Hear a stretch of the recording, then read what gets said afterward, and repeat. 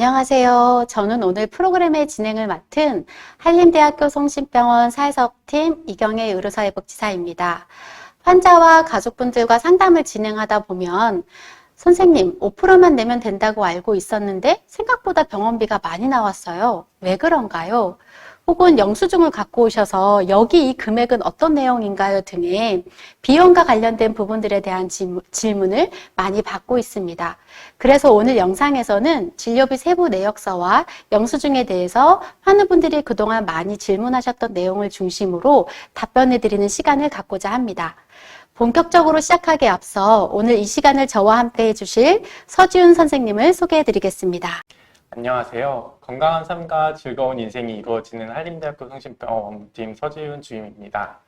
많은 환자분들과 보호자분들이 궁금해하는 진료비 세부 내역서와 영수증, 그리고 이에 병원에서 근무하면서 많이 물어보시는 다빈도 질문들에 대한 궁금증을 함께 해결하고자 이 자리에 함께하게 되었습니다. 만나서 반갑습니다. 네, 병원에서 진료를 보고 혹은 퇴원하실 때 직장이나 보험회사, 보건소 등에 챙겨서 제출해야 하는 서류들이 있습니다. 준비해야 하는 서류들의 이름도 되게 생소하고 장수는 많아서 무슨 내용인지 잘 이해가 안 된다고 말씀하시는 경우가 종종 있습니다.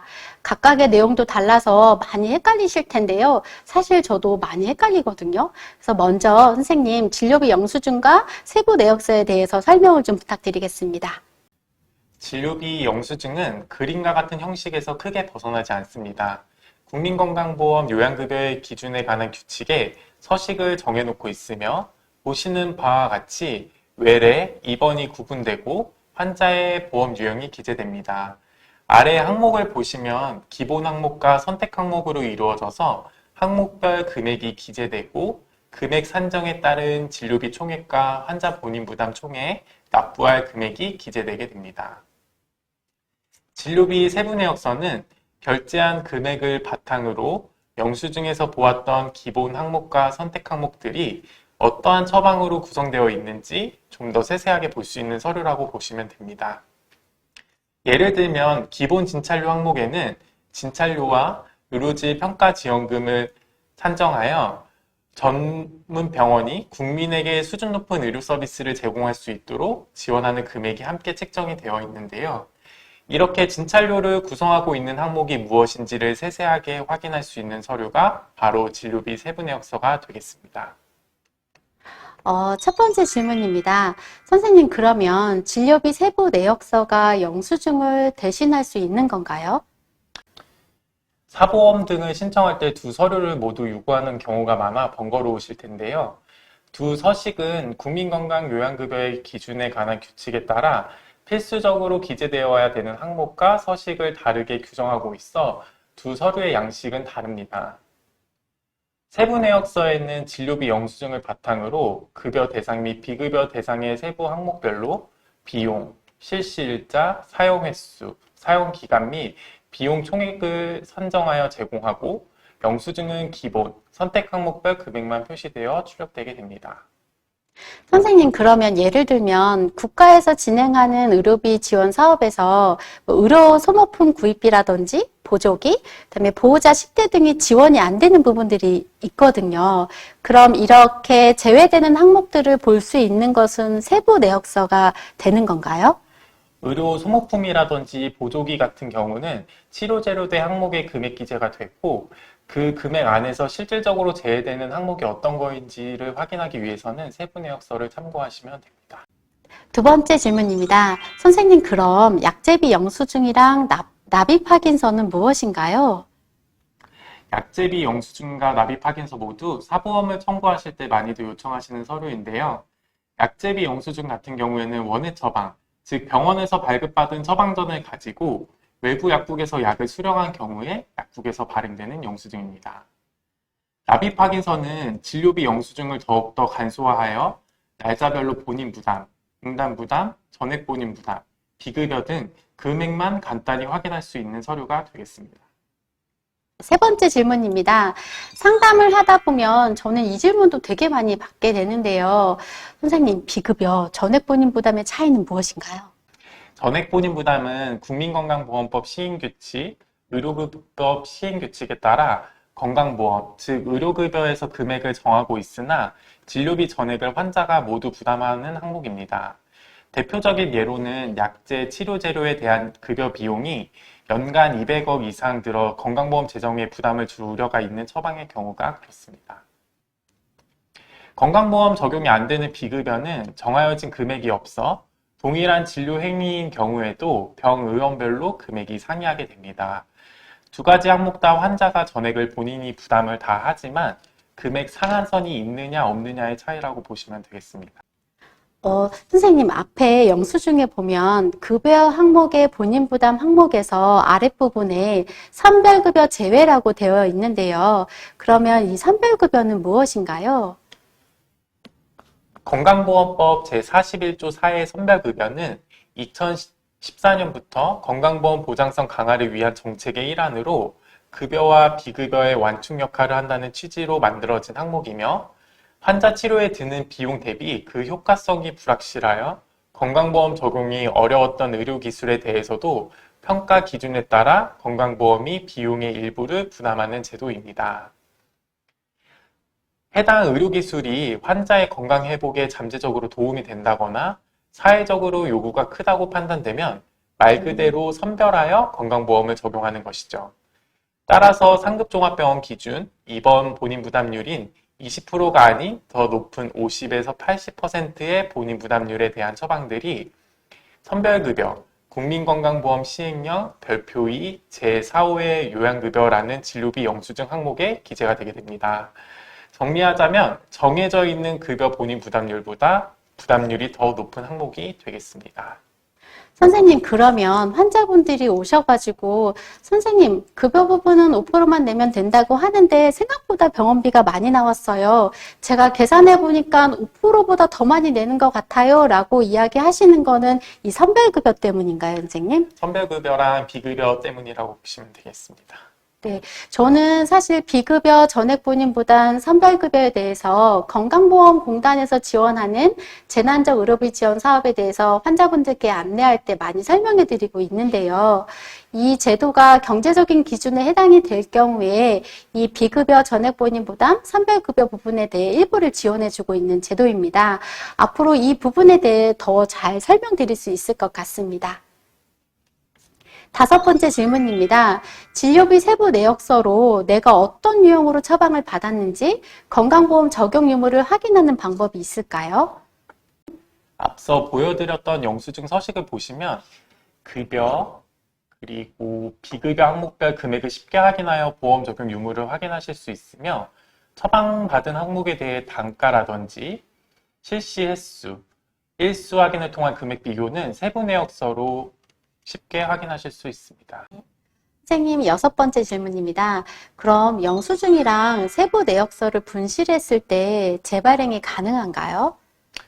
네, 가능합니다. 진료비 영수증 재발행은 병원별로 차이가 있으나 업무팀이나 수납창고에서 재발행 가능하며 영수증은 진료 이후 5년까지 보관됩니다.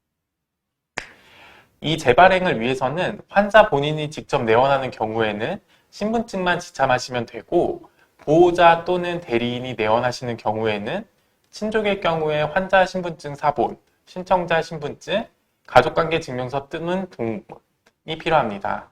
대리인이 오실 경우는 환자 신분증 사본, 대리인 신분증, 동의서, 위임장이 필요하며 동의서와 위임장 양식은 병원 홈페이지에도 게시되어 있습니다. 진료비 세부 내역서 발행의 경우에도 제가 앞서 설명드린 내용과 동일합니다. 환자분이 직접 오시지 못하는 경우에 준비해야 하는 서류들은 기억해 두시면 좋을 것 같습니다. 7번째 질문입니다. 선생님, 저는 지방에 계신 분들이 이 질문 되게 많이 해주시는데요. 영수증이랑 세부 내역서를 팩스나 우편물로 받을 수 있나요? 이게 가능한가요, 선생님? 의무기록은 환자의 중요한 개인 진료 정보이기 때문에 본인 확인 절차가 필요합니다. 따라서 팩스나 우편물을 통한 발급은 불가합니다. 이러한 불편함을 해소하고자 저희 한림대병원과 같은 대부분의 병원에서는 본인 휴대폰, 공인인증서, 아이핀 인증을 통해 본인 확인 후 온라인으로 신청 및 발급이 가능하도록 서비스를 제공하고 있습니다. 인터넷 발급이 가능한 거네요. 사실 인터넷으로 하면 어렵다라는 생각을 갖고 계실 텐데요. 저도 얼마 전에 인터넷으로 발급을 받아본 적이 있습니다. 생각보다 쉽게 발급이 돼서 놀랐던 기억이 있는데요. 근데 아직 인터넷 발급이 안 되는 곳도 있어서 이 부분에 대해서는 다니고 계신 병원에 확인하시고 진행하시면 좋을 것 같습니다. 8번째 질문입니다. 선생님, 요즘 많은 병원에서 이렇게 서류를 발급할 수 있는 키오스크가 설치되어 있는 곳이 많이 있더라고요. 저희 병원도 있는데요. 수납이나 원무과에서 발급받는 서류랑 그다음에 기계에서 발급받는 서류랑 차이가 있는 걸까요? 동일합니다. 인터넷이나 기계로 발급받는 경우에도 관련 법령에 의거하여 전자서명 및 위변조 방지 솔루션 등의 최신 기술을 적용하여 원본 효력을 지닌 증명서를 발급하게 됩니다. 발급 시 증명서에 병원 직인 또는 서명 등이 기재되어 있는지 확인하시고 재증명 서류 상단에 있는 문서 발급 번호로도 위변조를 확인하실 수 있습니다.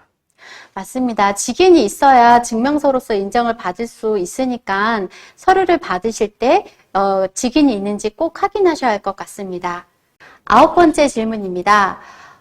서류 하나 받는 건데 왜 꼭 의사를 만나야 하는 건가요? 또 왜 그렇게 비싼 건가요? 라는 질문도 많이 해주시는데요.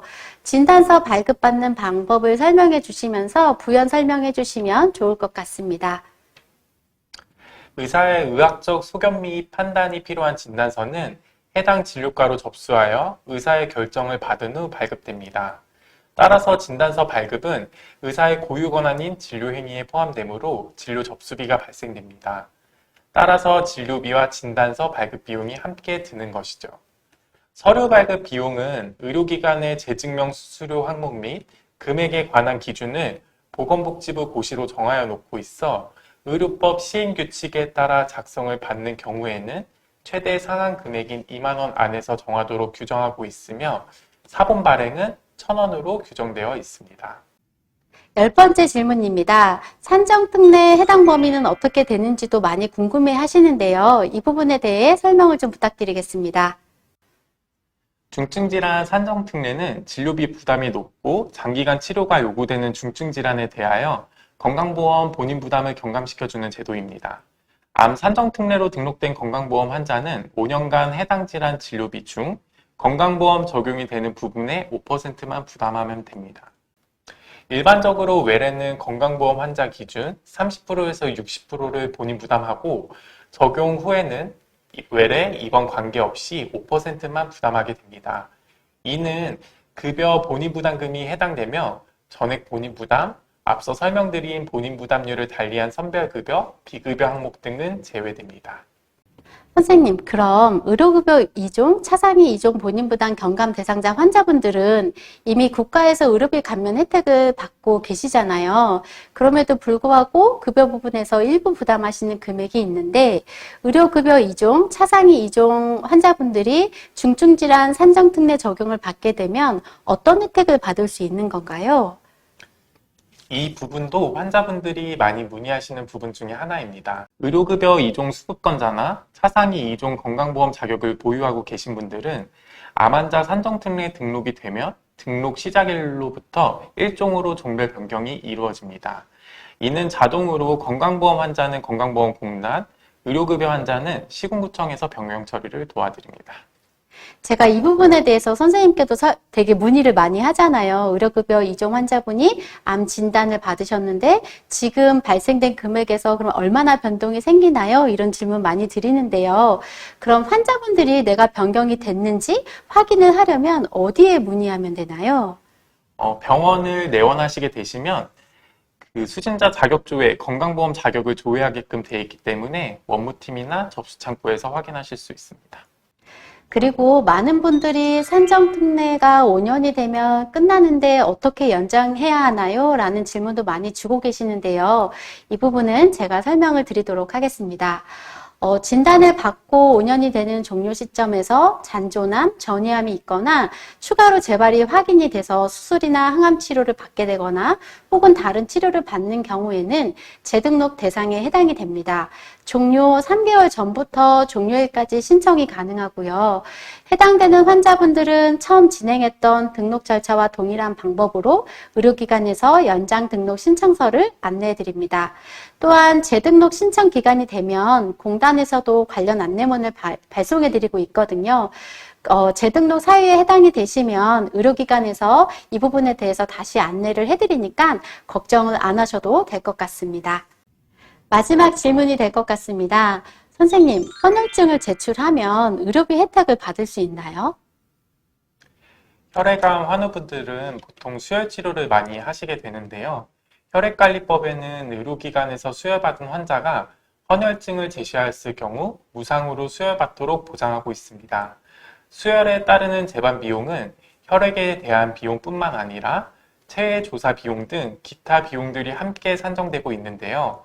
헌혈증 사용 시에는 헌혈증 한 매당 기타 비용을 제외한 헌혈 한 팩, 적혈구 혈소판 등의 진료비 혜택을 보실 수 있습니다. 이와 별개로 지정 헌혈의 경우에도 진료비 혜택을 보실 수 있는지 많이들 문의하시는데요. 지정 헌혈은 헌혈 지원자가 지정된 환자에게 수혈될 수 있도록 하는 헌혈로 진료비 혜택과는 무관합니다. 네, 저도 이제 헌혈증 필요하신 분들 많이 모아오시라고 말씀드리거든요. 근데 혈액암 협회에서도 이 헌혈증에 필요한 환우분들에게 지원을 하고 있으니까 궁금한 부분이 있으시면 언제든지 문의 주시기 바랍니다. 그러면 저희가 친절하게 안내를 해드리겠습니다. 네, 오늘은 진료비 세부 내역서와 영수증에 대하여 많은 분들이 궁금해하셨던 부분들을 모아서 함께 이야기를 해보았습니다. 아쉽지만 이제 마무리를 해야 할 것 같습니다. 오늘 함께 해주신 서지훈 선생님 마지막으로 인사 부탁드립니다. 네, 많은 환우 보호자분들이 궁금해하시는 부분들을 쉽게 풀어보려고 노력했는데 많은 도움이 되셨길 바라겠습니다. 어려운 시기를 지나고 있을 투병 중이신 분들과 보호자분들에게 하루빨리 쾌차하실 수 있도록 항상 기도하겠습니다. 감사합니다. 네, 오늘 이 시간이 세부 내역서와 영수증에 대해 그동안 궁금하셨던 부분들이 많이 해소되는 시간이 되셨길 희망합니다. 저도 지금 치료를 받고 있거나 회복 과정에 계신 환우분들과 보호자분들의 건강을 응원하겠습니다. 수고해주신 서지훈 선생님, 그리고 시청해주신 환우분들 감사합니다.